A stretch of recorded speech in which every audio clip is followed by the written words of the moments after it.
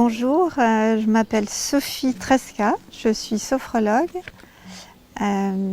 et instructeur de yoga, méditation depuis de très longues années concernant le yoga et la sophrologie depuis 7 ans.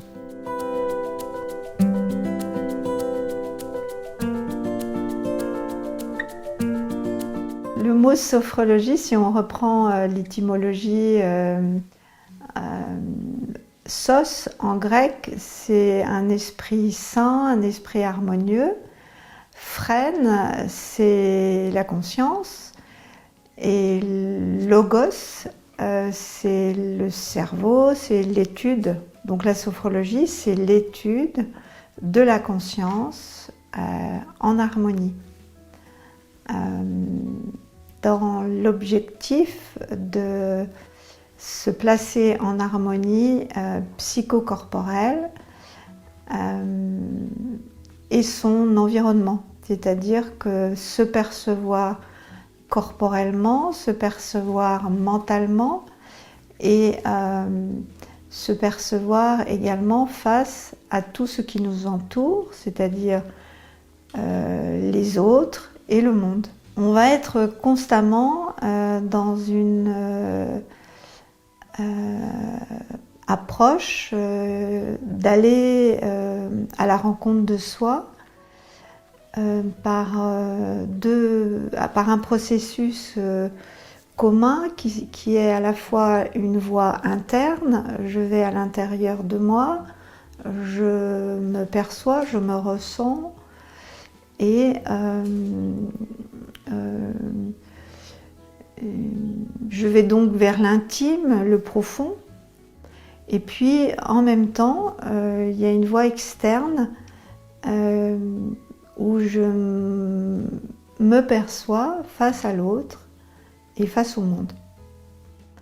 Donc ce sont vraiment deux synergies qui sont entremêlées constamment. Il y a un principe très fort pour Caicedo, qui est un neuropsychiatre qui a mis en place cette science.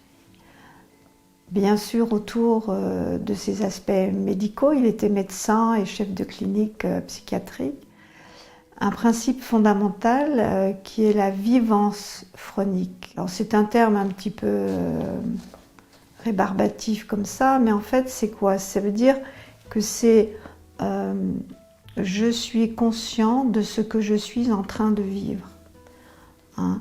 J'éprouve la vie alors qu'elle est en train de se dérouler en moi. Et ça, il se rapproche à ce moment-là de psychiatres allemands et de Heidegger aussi, qui était un philosophe, autour de ces spécialistes, en tous les cas c'est comme ça qu'ils se faisaient connaître également, de ce qu'on appelle la phénoménologie, c'est-à-dire c'est l'étude du phénomène. Pour lui, la vie est un phénomène. Ce que je suis en train de ressentir là, maintenant, c'est un phénomène à part entière et c'est mon existence propre. Après, faut-il encore que je prenne le temps de observer, de ressentir cet instant présent. Donc ça, c'est un aspect qui pour lui est très important, dans lequel lorsqu'on conduit une séance, toujours se souvenir que ce qui se passe en ce moment, pour moi-même, l'accompagnant, le thérapeute ou le sophrologue, et la personne qui est là en consultation ou en séance, elle aussi, elle éprouve quelque chose. Et un deuxième principe important qu'on appelle la réalité objective. Alors là aussi, c'est un mot un petit peu peut-être ardu, ça veut juste dire pour faire alliance avec le pratiquant ou le patient, je dois vraiment ressentir ce que je ressens pour pouvoir ressentir ce qu'il ressent. Et à ce moment-là, je ne ferai pas un acte d'autorité. C'est lui qui va choisir dans quelle direction il a envie d'aller. c'est un traitement à part entière. C'est-à-dire qu'on va utiliser par exemple ce dont on parle actuellement, la pleine conscience. Chez les anglo-saxons, ça s'appelle la mindfulness. C'est je suis présent et c'est l'instant présent qui va me donner l'orientation vers laquelle je veux tendre. Donc on invite constamment la personne à revenir sur ce qu'elle ressent. Par exemple, une personne me dit « je suis triste », je vais lui dire « je comprends, qu'est-ce qui vous fait dire que vous êtes triste ?» Et progressivement, elle s'entraîne à aller chercher à l'intérieur d'elle-même ce qui la rend triste. Et elle peut ainsi affiner son ressenti de l'instant présent. Ensuite, on a également une relaxation musculaire. La relaxation musculaire va plus ou moins progressivement induire une détente émotionnelle. Vous retenez votre souffle et là vous venez contracter en fermant vos poings. Vous contractez tout votre corps, oui c'est bien. Puis doucement vous relâchez le corps sur le matelas. À partir de là, on peut proposer des visualisations qui permettent à la personne de se projeter par rapport à des besoins qu'elle aurait exprimés auparavant,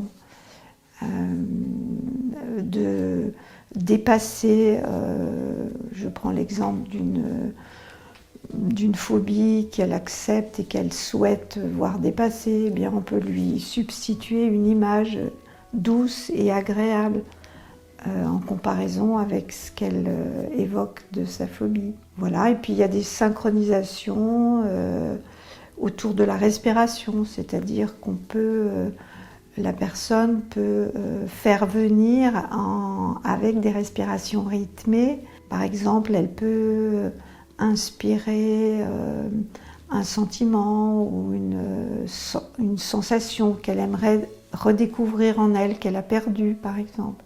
Donc avec un rythme de respiration, on lui propose des phrases et tout ça se joue dans un état de relaxation profonde, mais pas le sommeil, c'est-à-dire qu'on est entre les deux. C'est ce qu'on appellerait un état modifié de la conscience. Donc au fil des séances, des propositions, des inductions, comme on l'évoquait tout à l'heure, peut-être par des visualisations ou bien une relaxation musculaire. Les tensions peuvent diminuer, disparaître, les ressentis douloureux s'effacer, que ce soit des ressentis physiques douloureux ou moraux. Les angoisses vont ensuite s'amoindrir et des nouveaux ressentis vont alors émerger. Et en prenant ces nouveaux ressentis, en les conscientisant, la personne, en les évoquant, les verbalisant, la personne va pouvoir les orienter, ces nouveaux ressentis, vers ce que pour elle, il serait bon de faire ou d'être. Alors je pense souvent, les personnes demandent d'avoir plus d'estime d'elles-mêmes, d'avoir plus de courage, d'être moins agité. Demander au cerveau d'être moins agité ou de moins de courage, il semblerait que ça ne marche pas. En revanche, une fois que la personne est dans un état de détente profonde, ça peut prendre plusieurs séances. Là, elle va pouvoir orienter ses nouveaux ressentis vers son besoin. Si c'est une personne qui, par exemple, se sent délaissée, eh bien, on va l'encourager par des visualisations à aller chercher des images dans lesquelles elle se sent respectée, dans lesquelles elle se sent observée, dans lesquelles elle se sent vue. Voilà, on va construire avec elle, à sa demande, car il n'y a que la personne qui sait vraiment ce qui est bon pour elle.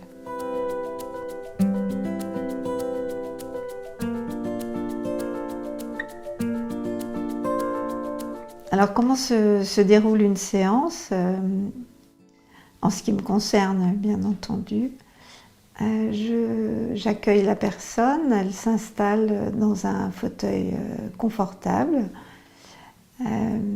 Je l'invite à prendre le temps de s'installer. Je m'installe moi-même en face d'elle dans un autre fauteuil confortable. Bien en face, c'est une volonté que j'ai pour qu'elle soit à l'aise, qu'aucun de nous deux ne soit obligé de tourner la tête d'un côté ou de l'autre. Si c'est la première séance, c'est un peu plus long parce que je vais lui proposer de me dire pourquoi elle vient, mais elle va avec des questions redondantes pour connaître un peu peut-être les derniers mois qui sont écoulés ou même peut-être les dernières années, comment elle s'organisait, qui elle était, qu'est-ce qu'elle faisait.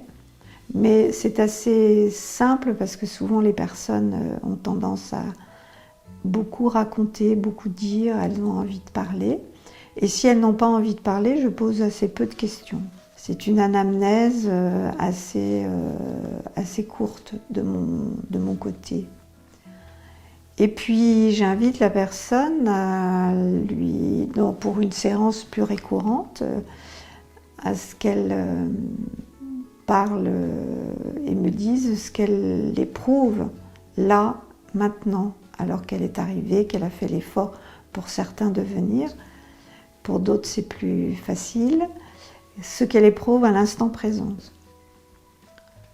Et en fonction de ce qui est dit, eh bien, nous conversons. J'essaye de comprendre ce qui pour elle est le plus urgent. Toujours avec cette alliance dont on parlait, qui est de ne pas être du tout directif, hein, et de me connecter à mon ressenti de façon à ce que je ressente ce dont elle a besoin. Ces soucis autour du sommeil qui sont redondants, plus de difficultés à retrouver un sommeil profond. Au moment du réveil au milieu de la nuit? Oui, particulièrement. Ouais. Et comment vous faites alors justement pour vous réendormir?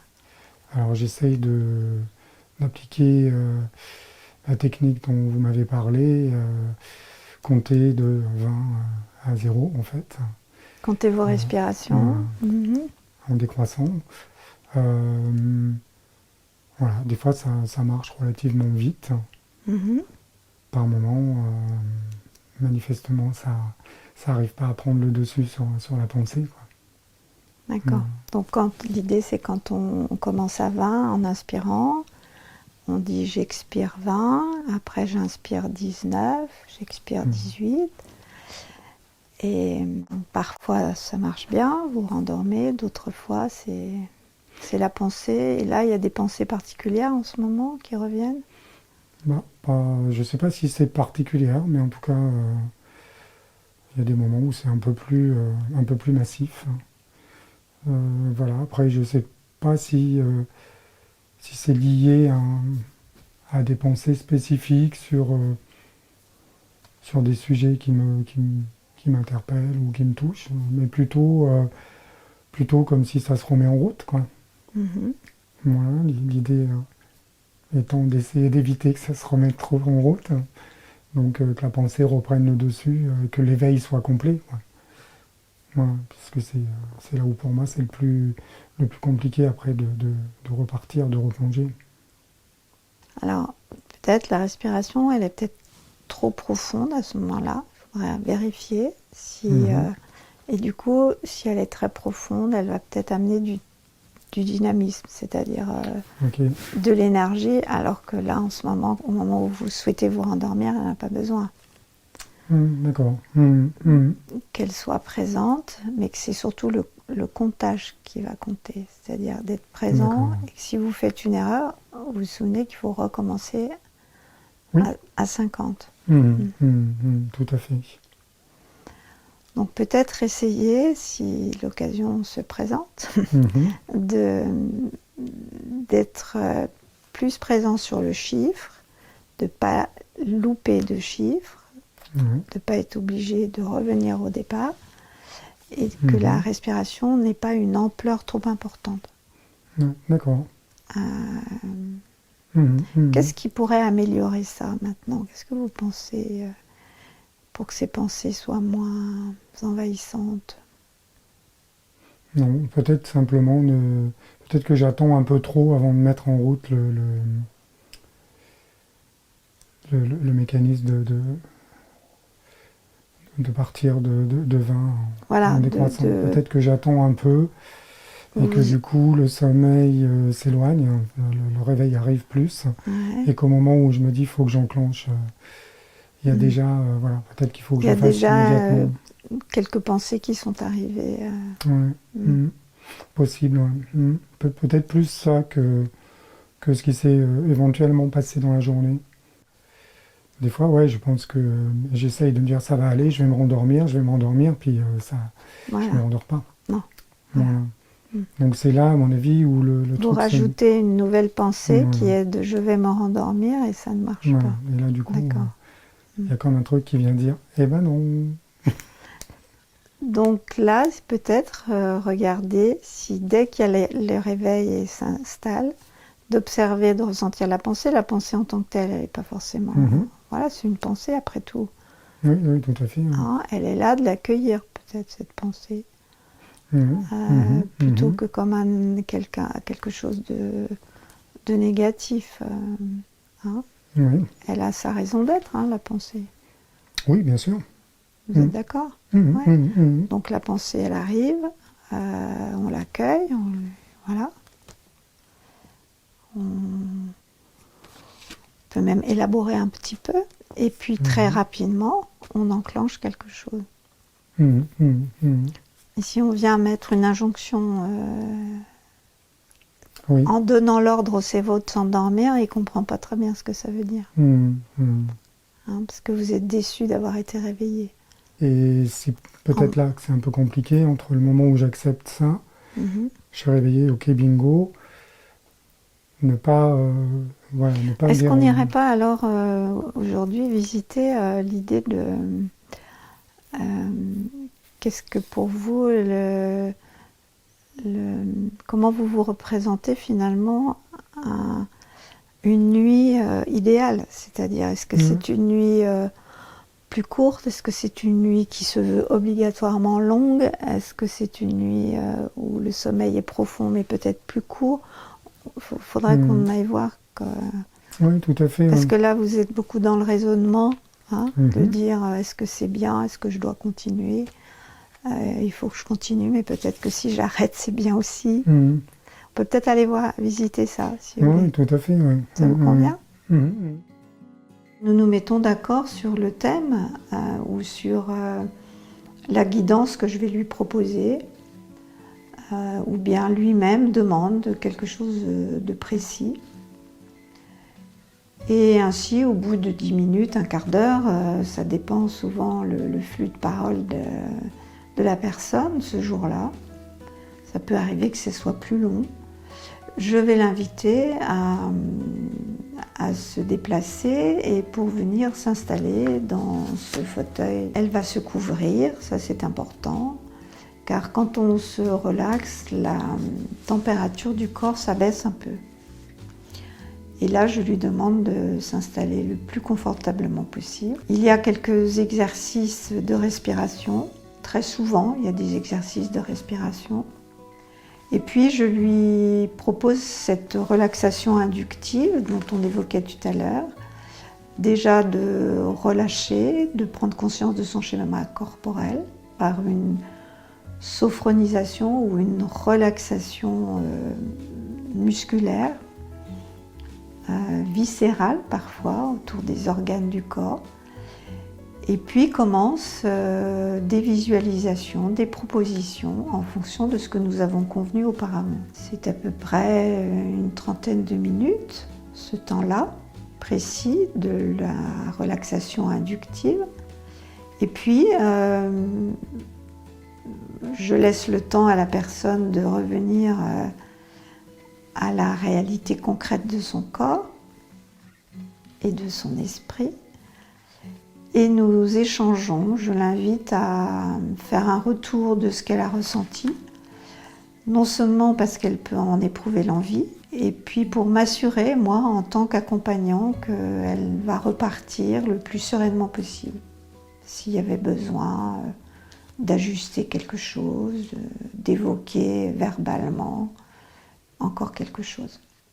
Voilà, je vous invite à bien vous installer dans le fauteuil, à vérifier que la position que vous avez prise spontanément peut être éventuellement améliorée ou pas.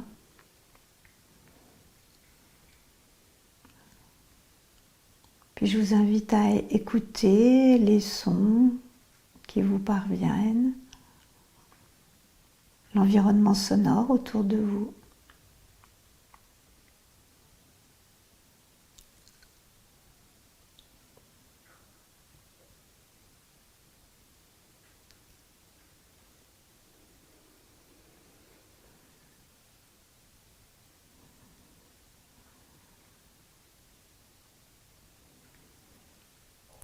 Puis maintenant, revenez à la présence physique de votre corps sur le matelas.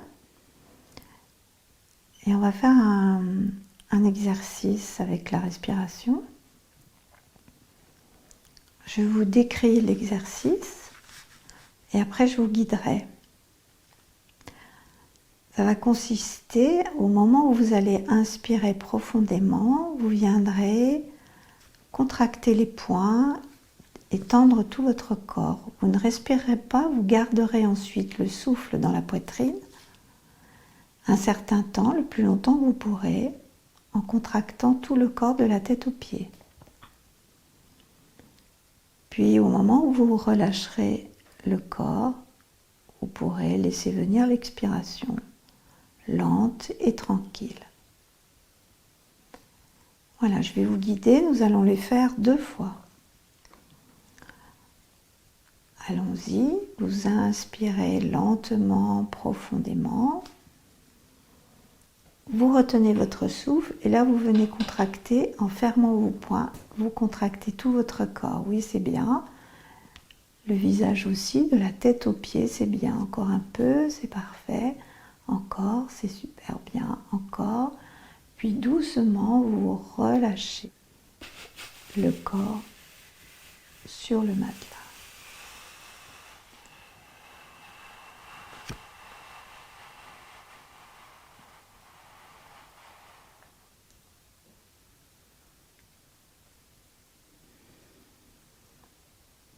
On reprend encore une fois. Inspirez lentement, tranquillement, profondément. Retenez le souffle, venez contracter les poings et tout le corps. C'est bien, de la tête aux pieds, c'est très très bien. Ouais. Encore un peu, c'est bien. Et doucement, vous relâchez sur le matelas.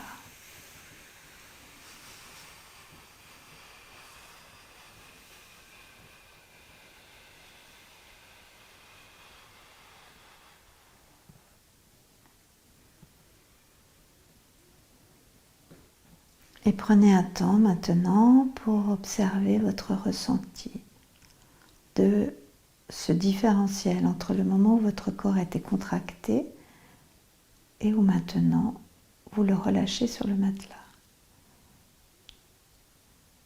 Peut-être des picotements, peut-être des sensations de chaleur différentes dans certaines régions de votre corps, ou tout à fait autre chose. Observez cela.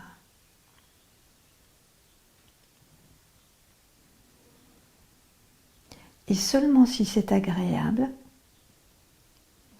dites à votre corps intérieurement, votre mental, votre esprit, que vous pourrez retrouver ces sensations à n'importe quel moment de la journée et de la nuit.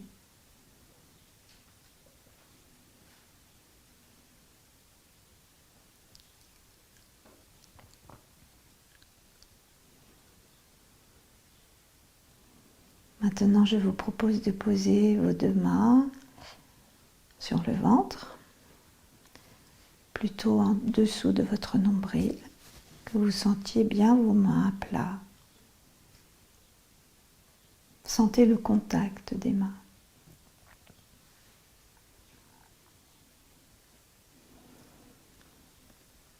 Puis vous allez aller chercher une sensation corporelle que vous éprouvez là, à l'instant présent, qui est gênante, un peu embarrassante, peut-être ou pas en lien avec les nuits qui sont moins satisfaisantes que d'autres. Et je vous explique un exercice qui va vous permettre de laisser partir cette sensation ou cette émotion gênante, encombrante. Vous viendrez inspirer profondément, ensuite je vous guiderai. Vous viendrez inspirer profondément, vous retiendrez l'air dans le thorax le plus longtemps que vous pourrez. Puis au moment où vous aurez vraiment très envie d'expirer, vous ferez un petit geste avec les lèvres en imaginant que vous soufflez dans une paille. Et en expirant, vous viendrez faire comme ceci.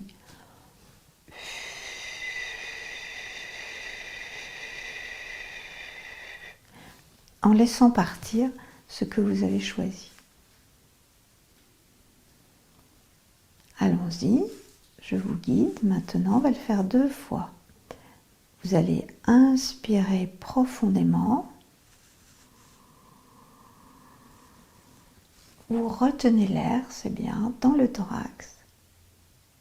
Encore un peu plus. Oui, c'est bien, encore un peu.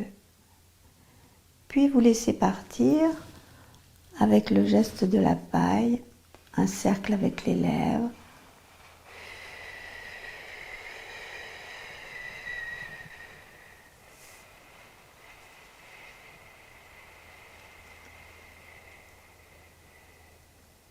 Ouais, c'est très bien.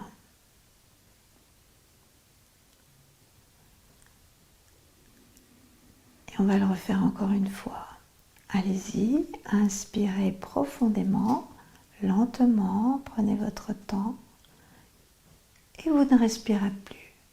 Retenez bien votre souffle. Observez que vous êtes capable à volonté de le retenir. Encore un petit peu, encore un tout petit peu. Puis avec une intention sincère, laissez partir ce que vous avez choisi dans la paille en soufflant.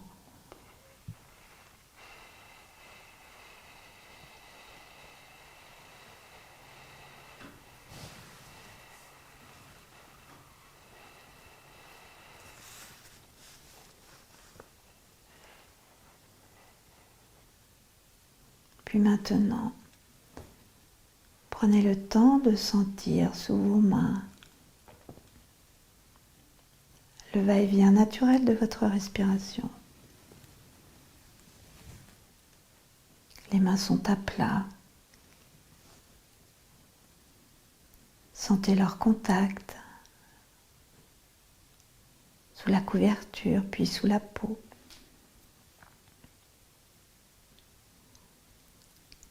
Observez que vous respirez tout simplement.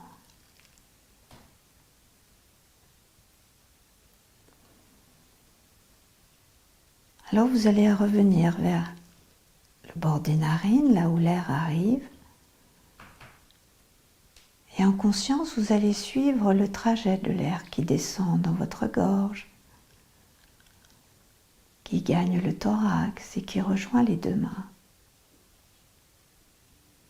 Prenez le temps, bien à l'intérieur de vous-même, de sentir ce trajet.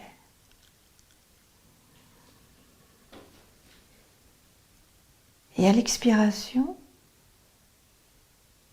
placez-vous comme si vous alliez vous endormir, mais vous n'allez pas vous endormir, juste au bord du sommeil. En expirant particulièrement.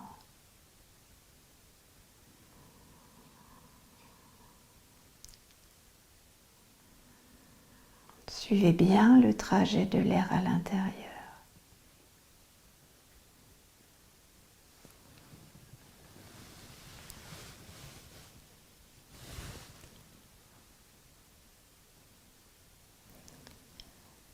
Et vous allez y associer les deux jambes. En expirant, vous allez laisser descendre le souffle dans les deux jambes en partant du bassin. Vous accompagnez le souffle jusqu'aux orteils. Et même vous laissez le souffle s'échapper par les orteils.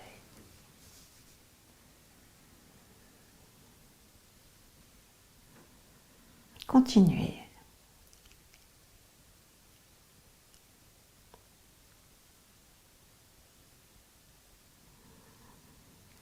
Puis remontez doucement par l'arrière de vos jambes et placez-vous dans la base de votre dos. Continuez à sentir votre respiration. Vous allez inspirer longuement partant du bas du dos en remontant jusqu'à la nuque dans une inspiration. Accordez-vous ce soin dans le dos. Et en expirant, relâchez les épaules dans le matelas.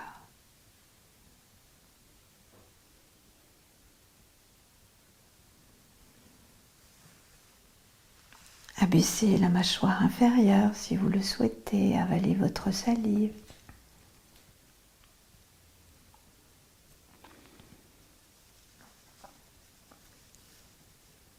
Sentez l'intérieur de votre bouche.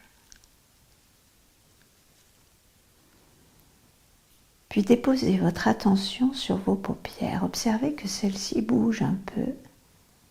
Alors tentez de les immobiliser.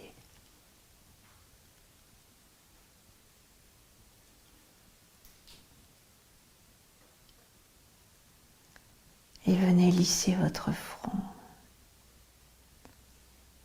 Sous le front se trouve votre cerveau. Souvent riche en pensées, en convictions, mais pour le moment, laissez les pensées tranquilles, laissez vos convictions tranquilles. Ressentez le cerveau. C'est un organe plus mou que la boîte crânienne.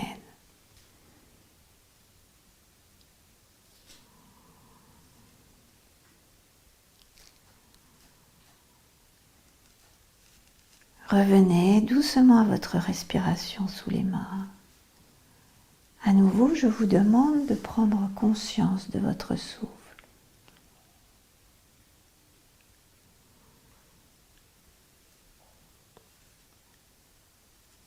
Suivez le trajet de l'air, respirez tranquillement.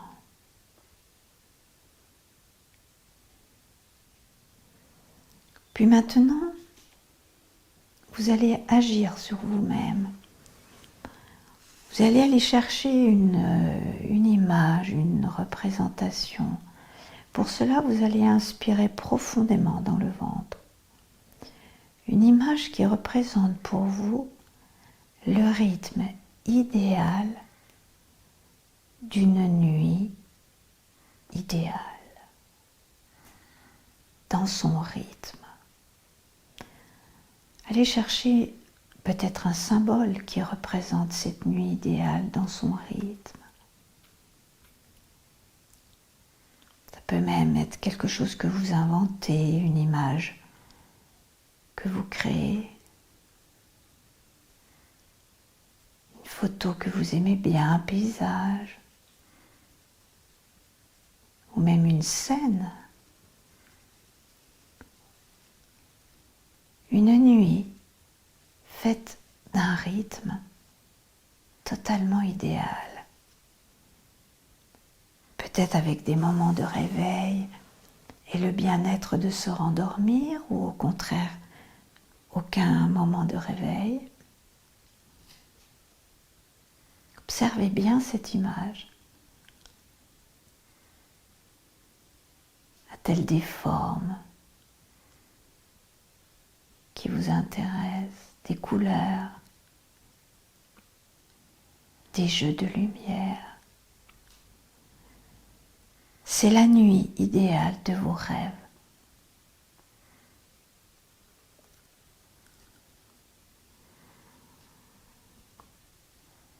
Respirez tranquillement.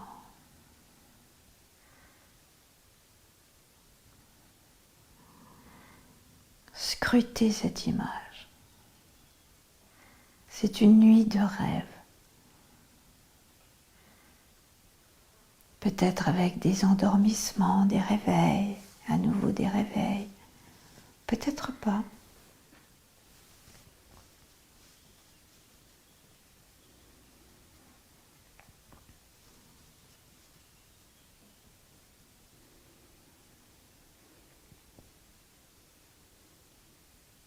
Puis maintenant, je vous invite à sentir à nouveau votre corps concret, les muscles de vos jambes, de vos cuisses,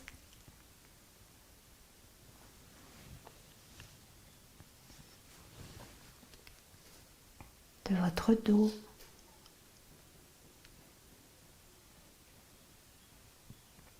Les muscles de l'expression de votre visage. De vous visualiser aussi dans cette pièce, même encore derrière les yeux clos.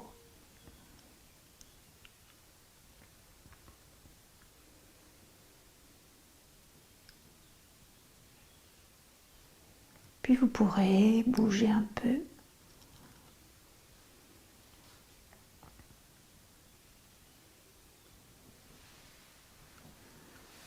Et ainsi, dans les jours qui viennent, les semaines, vous serez à l'écoute d'observer ce qui est le meilleur pour vous. Tirez-vous tranquillement, prenez votre temps. Comment êtes-vous là maintenant? Détendu. Ouais.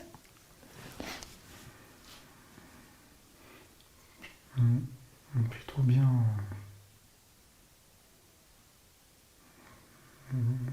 Vraiment le corps bien relâché, c'est agréable. Mhm.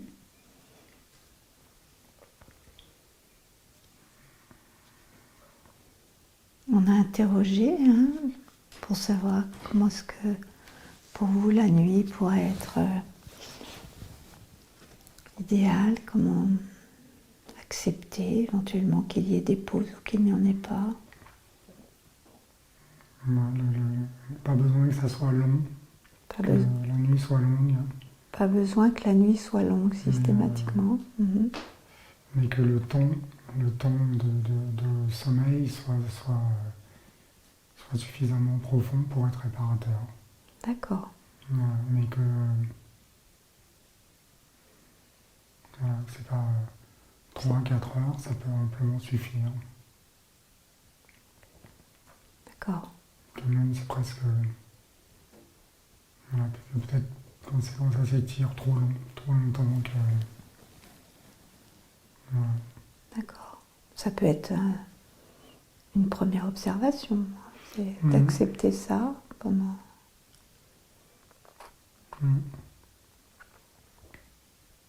Et puis on a interrogé, vous avez demandé d'observer dans les jours qui viennent comment... Tout à fait. C'est pas forcément une réponse définitive. D'accord? Et là, comment vous vous sentez là tout de suite? Bien relaxé, bien... Bien. Voilà, D'accord. pas avoir besoin de... Ouais, comme si j'avais, comme après une bonne sieste. Ouais. Profonde. Sans pour autant avoir... En étant resté éveillé, c'est ça? Ouais. C'est un voyage étonnant.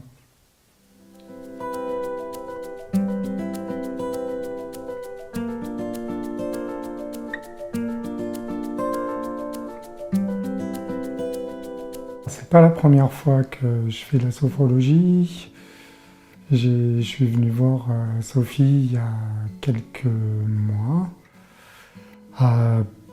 pour des problèmes de sommeil. Donc,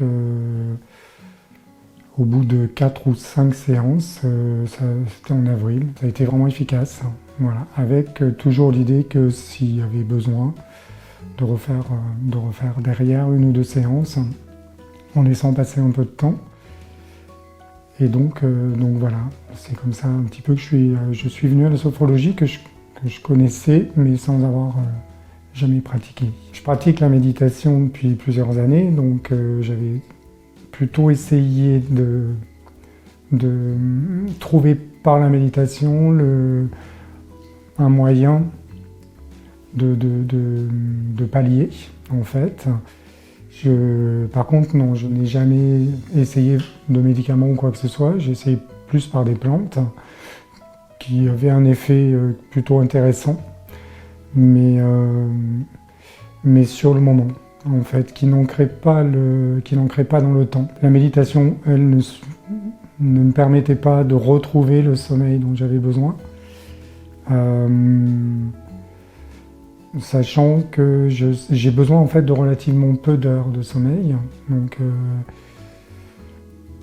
plutôt 3-4 heures, mais j'ai besoin que ces 3-4 heures soient un vrai sommeil et pas un sommeil, on va dire, haché.